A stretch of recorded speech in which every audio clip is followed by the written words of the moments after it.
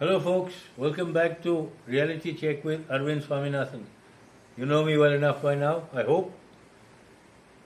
Now I realize the previous three videos on taxation and attempts at no personal tax and so on is a bit boring, it's a bit lengthy also, but essential for so many of us. And I hope you will look at it again, all three of them one after another, because it tells us a great deal about what's happening in our country today. Now, today's discussion is on something which is topical right now, and it concerns a whole lot of us, maybe the future of our country. Now, this is to do with Agneepath, and please remember one thing, it's not just for now or this year. Folks, are you aware of Agneepath, the one that is causing so many problems right now? What does it entail? What is it all about? Now, it is a scheme for the defense services, recruitment of young people between the age of 17 and hopefully 21, not 23, but 21 preferably, because once you get to 23, you begin to get fixed ideas, you can't be molded as easily or as well. And this is my personal opinion, not what the defense services say. Now, they have a very good pay package, which 17-year-old or 18-year-old at the moment gets this sort of wage. At the end of 4 years, he will have been paid something like almost 12 lakhs. Plus, at the end of the 4-year period, he gets a lump sum of about 11.7 lakhs. Now, whatever he saved during service, plus what you add on to with the lump sum, it's a very, very good starting package for him. It'll help him to start a business if necessary, a small business, not a huge one, but it'll give him some sort of exposure to the vagaries of business. And he won't go bankrupt, hopefully. At least it'll give him experience. And I believe it's a very, very good scheme in more ways than one. I'll explain why. Look, when I got to university in the UK, I'm talking about 1960, late 1960, mine was the last batch of students from the UK who had done 3 years national service and then come back into university. Now, those folk, national service in those days was compulsory for them. Once they were 18, they had to go. They had 6 months training period, then they could be posted anywhere. Some were posted in what was then Malaya, where they had jungle warfare and insurgency for independence. Some were posted in East Africa, with the Mau Mau uprising then. Some were sent to West Africa, Nigeria and Ghana. They were also in the throes of trying to get independence. Some went to a cushy posting, like in the UK or in Germany, post-war Germany. But what it instilled into these people who had gone into national service is something which was almost unbelievable at the time. Those who came back were so full of self-confidence, self-assurance. They knew what they wanted, they knew where they were going, they knew what they wanted to do. They didn't just go blindly into everything offered.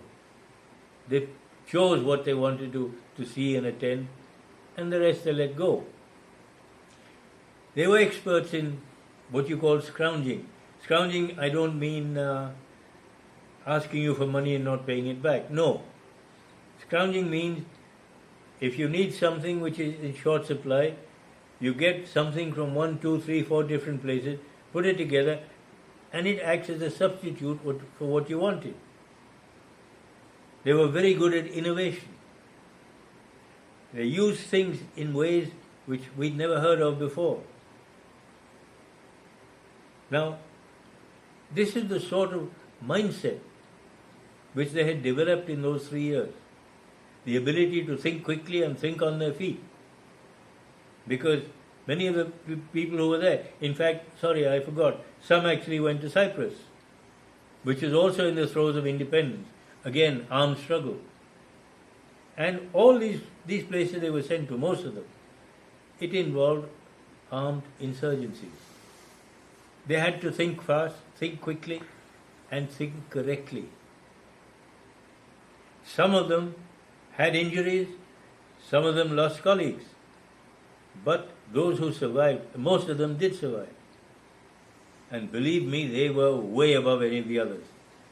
When you looked at them and the next batch that came, who was straight from school, I mean, there was no comparison. Those guys who were straight from school were still kids. They'd never been away from home. Plus, at the end of the 3 years, if Britain needed any military service from people, this was a very, very good reserve force, which was trained, ready to take action in a matter of days, which I think is something we need here, and we need it now. It's not just about reducing the average age of the defense services, which at the moment stands at around 32. But we must have a whole bunch of disciplined people who are mature enough to understand that this is our country and it is not something to be kicked around. It's something we have to work to develop and build. Not this sort of rioting and burning and, arson and things like this. This we don't need. This, I think, is what the armed services or defense services are looking forward to. Not just the fact that 25% of these aspirants they will retain, the best ones. The others will be a volunteer for reserve force out in the population. Now this is something the opposition parties don't seem to want. Because a disciplined force outside, whether in villages, small towns, large cities, anywhere, means they cannot get this sort of support. They cannot go around rabble-rousing because these people are there to try and stop them. And they will not rise to the bait. This is something we have to understand. The opposition parties don't have a program.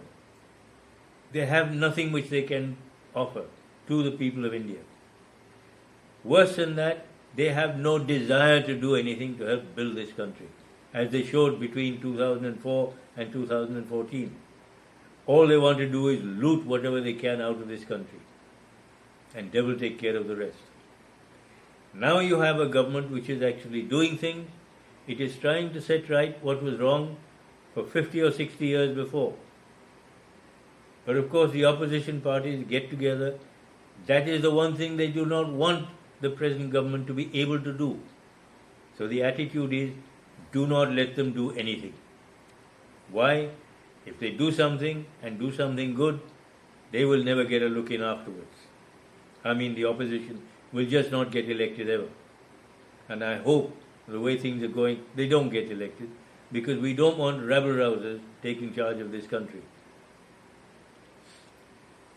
Now, the more I look at this, the more I see something of a pattern. Now, I've said in one of my earlier videos, what is the American mindset? A lot of things have happened in the last 3-4 months. For instance, Turkey and Egypt returned wheat which is on the high seas, which they contracted to buy from India. Why? On virtually a trumped-up charge, half a dozen Arab countries demand an apology from the government of India. Why? For what? What insult was ever made to the Prophet Muhammad? Nupur Sharma, she repeated something or read something out of the hadith. What was wrong with that? So where's the insult? I don't see any apology coming from these same Muslim governments about the way Hindu temples have been treated in India by Muslims. The Gyanvapi temple, they've used the shivling area to wash their feet. What more of an insult do you want? Fortunately, Hindus are a lot more tolerant. They don't go berserk unlike a lot of these so-called Muslim bodies, and unfortunately, a lot of these Arab governments which have reacted.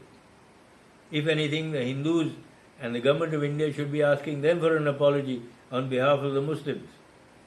However, they have not done so. They have refrained from doing so. Why? Because they are much more tolerant. But what is causing all this Arab unrest and against India? We've been friends. This Modi government has made a lot of friends there. Why this sudden backlash? Where did it come from? Now, we go back to what I said in an earlier video. What is the American mindset? First, all the world's resources belong to America, not to the countries where they are found. The countries where they are found, they're simply there as wage earners who will dig it all up and give it to the Americans, who make all the profits. Isn't this the same as the colonial policy of most of your Western European colonial powers, who did this for 500 years and looted the colonies every which way they could? Second, everything must be done as per American say-so. Because what is good for General Bullmoose is supposed to be good for the rest of the world. In this instance, General Bullmoose is the USA. And they don't stand anybody else standing up against it. In many other ways, you'll find whatever the Americans say, we meaning the government of India, are supposed to have said, how high should we jump? We're not supposed to ask anything else. We have to follow the American diktat. And of course, this government says no. We stand for ourselves. We didn't take sides. We didn't condemn or place any sanctions against you over Iraq, Libya, Syria, Afghanistan. So why should we take a stand against Russia? And Russia has been helping us whenever we needed it most, unlike the West. So why should we say anything about it? It is a war or a skirmish we do not wish to get involved in. That's our policy. What's wrong with that? The other thing that we have to understand, the Americans have one last resort to make you bend to their will. It's called economic terrorism or economic colonialism. They did this against Iran in 1953. They did it against a South Vietnamese president who, the moment he decided he was going to do something for the Vietnamese people, he was assassinated and replaced. They did it again in 1974 in Chile. Salvatore Allende was assassinated, replaced by a friendly General Pinochet. In more recent times, you've got Saddam Hussein and General Gaddafi. Why? Because they were going against the American diktat of dealing or trading crude oil only in US dollars. Why are they so against Putin? Because he wants a basket of currencies for trading oil, whether it's the euro, the pound sterling, Indian rupee, the ruble, or Chinese yuan. Why only in US dollars? Now this again goes back.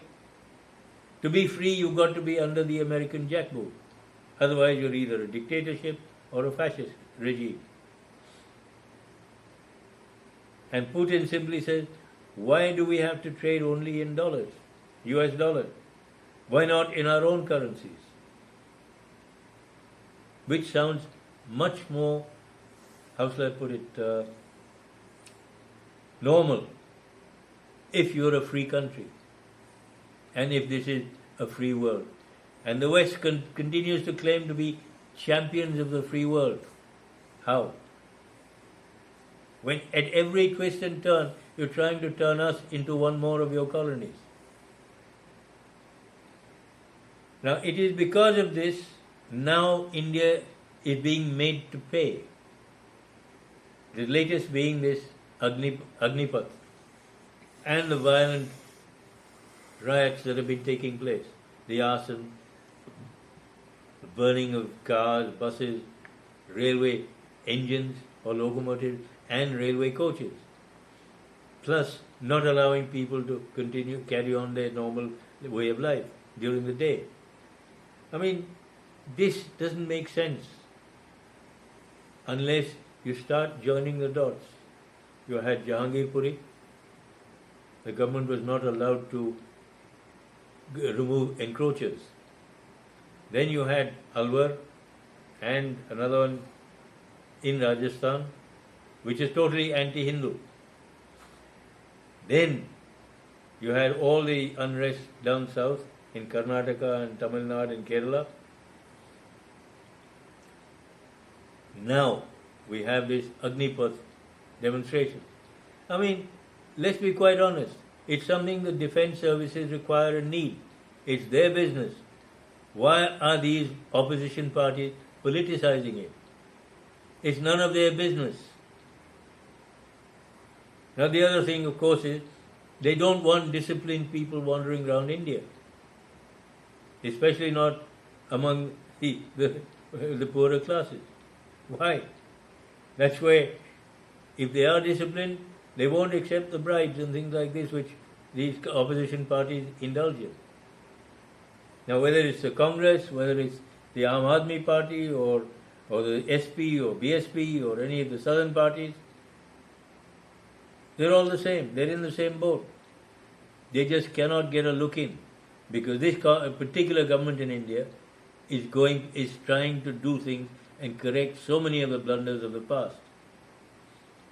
And here, the defense services are trying not only to get younger people into their services who are much more tech savvy, which is something we need for the future.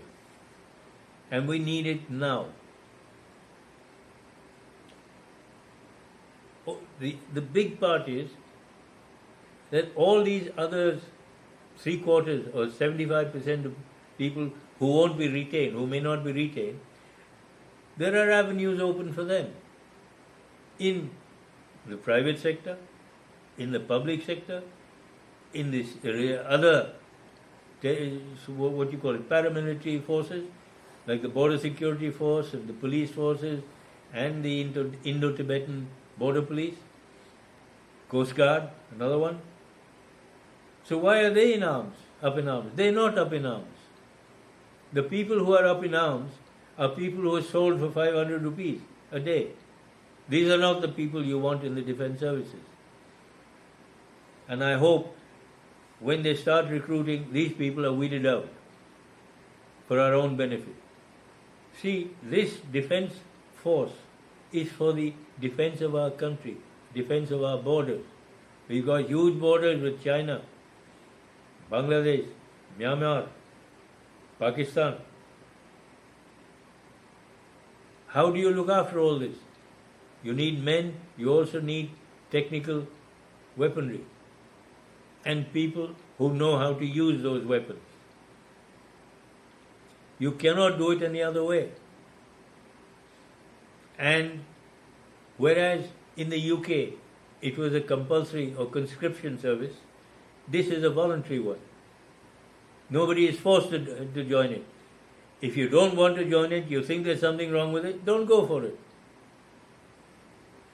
Let people in who actually believe in it. And stop trying to influence them in a way which stops them from going in. Please remember, this is for the defense of our borders and our country. We have a lot, not just on land, but also a very long coastline. And much is needed to defend it. Because as you know, we know very well, certain neighbors have been wanting to take over large chunks of our territory. How do we defend against them? We need younger people. And we need them now. Now to cast aspersions on the character of our defense services, is something which should disqualify these political people from ever being elected again. This is my particular view, and if they're coming in, and if this is what our electorate wants, then I know that I will have wasted my entire life, having come back to this country. There is no other way of looking at it, because it has been a waste. What did I work and spend 50 odd years of my life for these clowns to take over? I mean, it doesn't make sense, does it? And yet, this is what they're doing. Now, the Congress party had signed in 2008 an agreement with the Communist Party of China. What was in that agreement? They still haven't divulged. Nobody knows except them. Had this happened in any other country, they would have been caught, tried, convicted of high treason and hanged. And I mean hanged. Have they, for instance, had a secret deal with the CIA? Because all these things require a lot of money. Where is that coming from? It can't be their own, because they're at their wits' end trying to find out places from where they can loot more and more money. And they can't, because this government is going after every one of them. It doesn't matter where they are. If there is even a breath of suspicion, they go after them. Where did you get this money from? And nobody is sacrosanct. Which again is one government making an honest attempt to root out corruption. I think we need to give them a really big hand and a helping hand to help them stop it. Because until that stops, these clowns, the opposition party, they're going to run riot. And they will continue with these riots, whether with their own money, which is doubtful, or with foreign money. Now, a lot of these NGOs get money from abroad. Why? Why is foreign money allowed to come in to spread sedition, among other things? I think the government not only should clamp down on it, but stop and remove all those NGOs. Make sure they don't exist anymore. Because foreign money coming in is something we don't really need. Because if it does come in and takes a stranglehold, we're back to the 50s and 60s, where the CIA ran rampant here. And believe me, I know, I have personal experience of some of the things they did here. With our agriculture, with our milk program, the dairy program, I have first-hand experience of that. And I at least do not want that again. Now, I hope people will begin to get up and understand that, look, it sounds like conscription, except here it's voluntary. In the USA during the Vietnam War, it wasn't. If you were 18, you were drafted. In England, national service, 18, you're drafted. In the USA, during the Vietnam War, it didn't matter which nationality you were. If you were in the USA for 6 months, you had to report for draft service. It happens today in China. It happens in Russia. It'll probably happen in Ukraine and a whole lot of other countries now. I don't look at this merely as a, how shall I put it, militarizing the whole population. No. I look at it, A, developing discipline, B, developing know-how, not just in military warfare or weaponry, but also if you have other skills that can be developed too, to help you when you go out again. It's not necessary that it will be only during military service that will come in useful. It will come in useful outside too. As I found in the UK in those early days, the self-assurance and the self-confidence it builds and develops inside you, the maturity and the character it builds inside you is something so phenomenal, you have to see it to believe it. The things I learned just by interacting with them, it's difficult to understand. And here in this country, nobody thought of things like this. I'll give you an example. I was talking to my cook, to our cook, this was in 1970.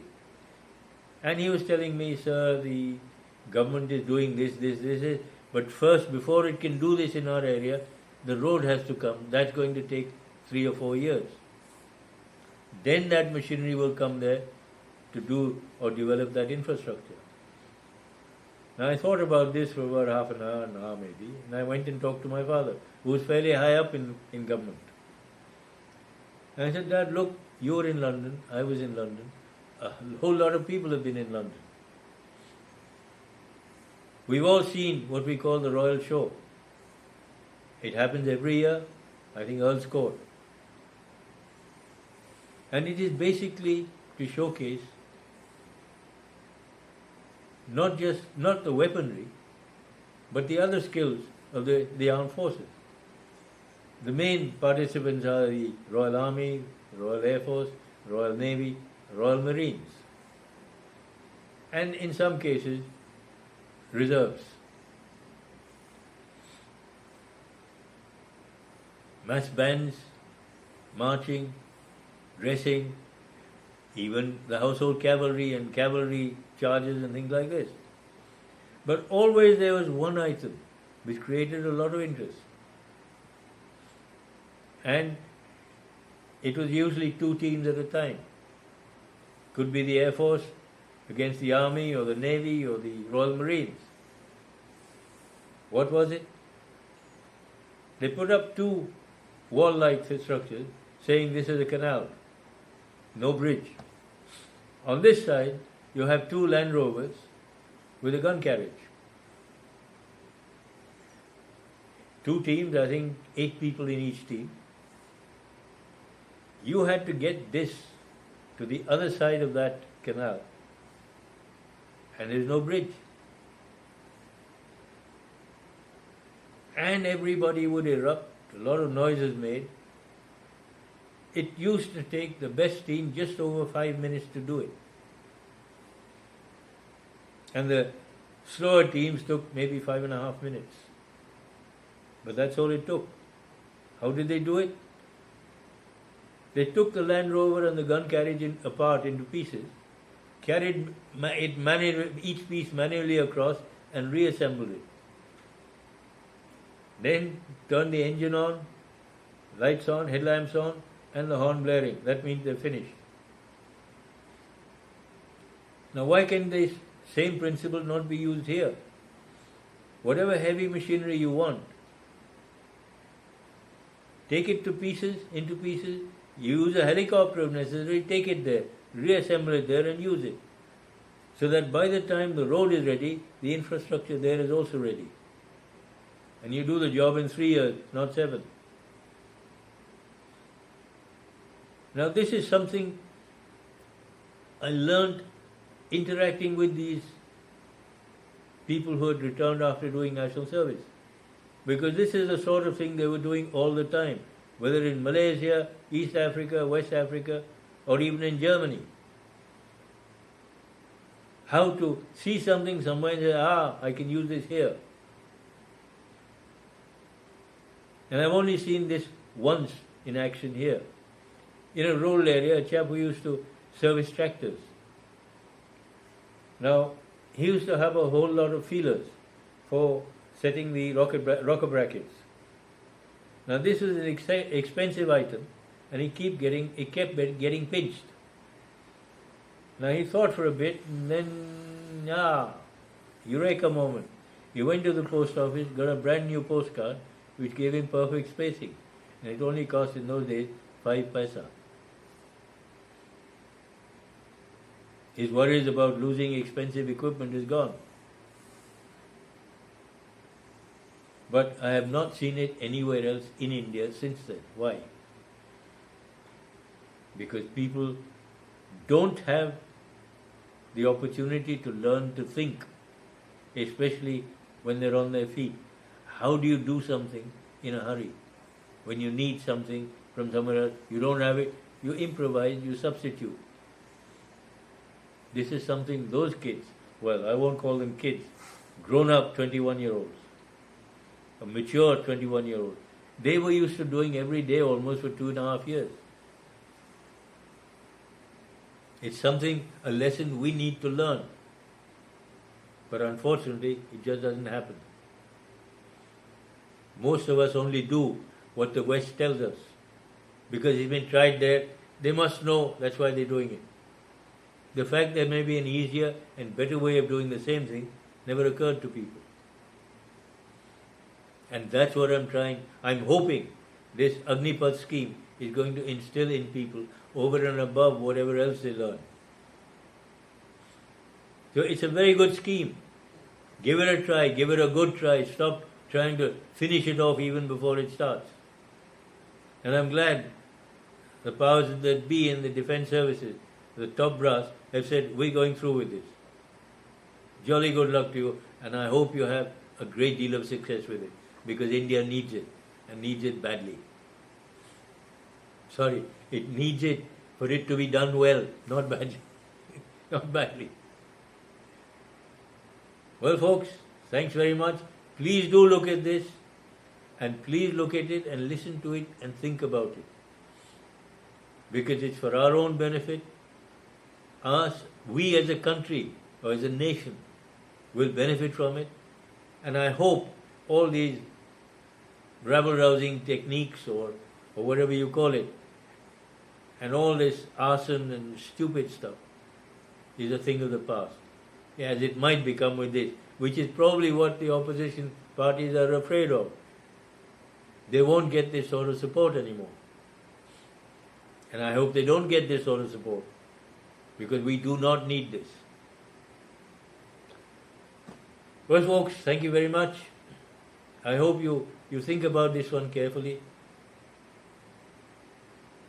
Please, if you like this, like it, press the like button, subscribe, pass it on to your groups, your friends, your relatives. Ask them to pass it on to their friends and relatives and to their groups. Thanks very much, and bye.